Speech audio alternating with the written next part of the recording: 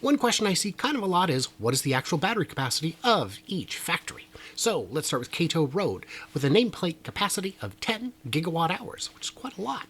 So if you were making 75 kilowatt hour battery pack, model-wise, that would be capacity for 133,000 a year.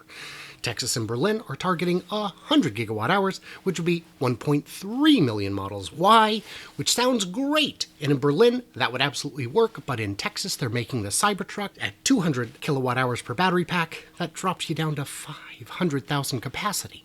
So what if you split them even Steven? Texas Model Y, 666,000, with the Cybertruck bringing in another 250,000. That's 916,000 units just with the battery supply on site. 916,000 units surely isn't enough, right? Well, don't forget, Giga Nevada still has a capacity of 39 gigawatt hours, which means at 75 kilowatt hour packs, that's 500,000 cars, which kind of tracks with Fremont's production. Shanghai in December did 70,000 units. That annualizes to 840,000 right there, and they're not even using the American cells, which means just from Shanghai and Nevada, that's 1.3 million. Add another 1.3 in Berlin and another 900,000 in Texas, and you're looking at some big numbers just with the capacity we already know about.